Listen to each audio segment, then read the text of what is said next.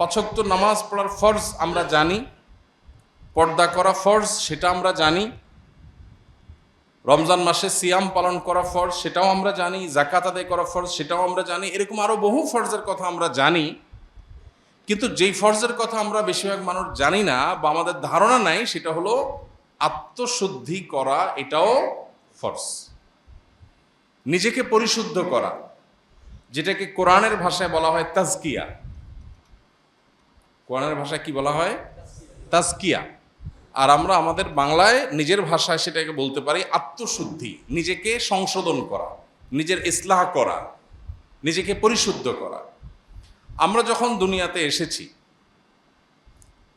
মাতৃগর্ভ থেকে যখন পৃথিবীর আলো আমরা দেখেছি, আমাদেরকে আল্লাহ যে অন্তর দিয়ে পৃথিবীতে প্রেরণ করেছেন, তখন আমাদের অন্তর ছিল সকল প্রকার কলুষতা থেকে মুক্ত। আমরা যখন মাতৃগর্ভ থেকে দুনিয়ার আলোতে এসেছি, তখন আমাদের অন্তরে কোনো অহংকার লালন করতাম না। কি বলেন? কোনো দুধের শিশু কি অহংকারী হয়? কোনো দুধের শিশু কি কারোর সাথে অহংকার করে? কারোর প্রতি শত্রুতা করে? নাই। তার মানে আমরা যখন দুনিয়াতে এসেছি, আল্লাহ তাআলা আমাদেরকে যে অন্তরটা আমাদের বডিতে দিয়ে দিয়েছেন, সে অন্তরটা ছিল ফ্রেশ, কালিমা মুক্ত, কলুষ মুক্ত। সে অন্তরে কোনো ত্রুটি ছিল না, কোনো দাগ ছিল না, একেবারে ফ্রেশ। সে অন্তরে কোনো হিংসা, বিদ্বেষ, দুনিয়ার মোহ। একটা দুধের শিশুর কি দুনিয়ার মোহ থাকে? তার বাবার থাকতে পারে, তার মায়ের থাকতে পারে, তার মধ্যে দুনিয়ার মোহ।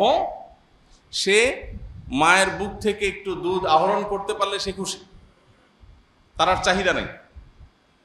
তো একজন মানুষের অন্তরে যত রকমের অশুদ্ধ, ভুল বা খারাপ চিন্তা আসতে পারে, এর সবগুলো থেকে পরিচ্ছন্ন, পবিত্র থাকে একটা কোমলমতি শিশুর অন্তর। তো আল্লাহ রাব্বুল আলামিন যখন আমাদেরকে দুনিয়াতে পাঠিয়েছেন, তখন আমরা ফ্রেশ, পরিচ্ছন্ন অন্তর নিয়ে এসেছি। এরপর আমরা যখন আস্তে আস্তে বড় হয়েছি, আমাদের পরিবেশ, প্রতিবেশ, আমাদের আশপাশ, আমাদের গণ্ডি, আমাদের চৌহদ্দি এবং আমাদের এনভায়রনমেন্ট, আমাদের সহচর, আমরা যাদের সাথে উঠা বসা করছি, যে জায়গায় যাচ্ছি, এই সব কিছু থেকে আমাদের অন্তর ধীরে ধীরে ধীরে ধীরে নানান কলুষ এবং কালিমা ধারণ করতে করতে করতে এমন একটা পর্যায়ে চলে গেছে যে এই অন্তরটা এখন এতটা রোগাক্রান্ত, এতটা ময়লাযুক্ত, এতটা কালিমাযুক্ত যে অন্তর দিয়ে এখন ভালো আর মন্দ পরখ করা আমাদের জন্য কঠিন হয়ে যাচ্ছে। আর সেই কারণেই এই অন্তরটাকে পরিচ্ছন্ন করা, ক্লিন করা, এটাকে পবিত্র করা, এটার যেই কালিমাগুলো লেগে গেছে সেগুলো থেকে এটাকে ধুয়ে মুছে সাফ করা, এটা আমাদের জন্য একটা ফরজ, একটা অপরিহার্য কর্তব্য। কোরআনে আল্লাহ তাআলা যেটা আমাদেরকে বারবার করবার নির্দেশ করেছে।